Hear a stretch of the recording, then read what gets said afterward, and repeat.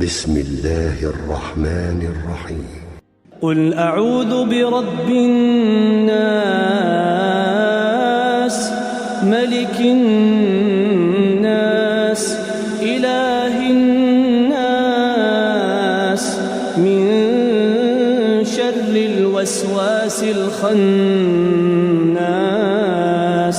الذي يوسوس في صدور الناس من الجنة والناس.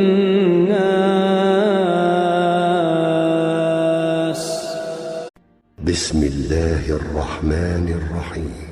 قل أعوذ برب الناس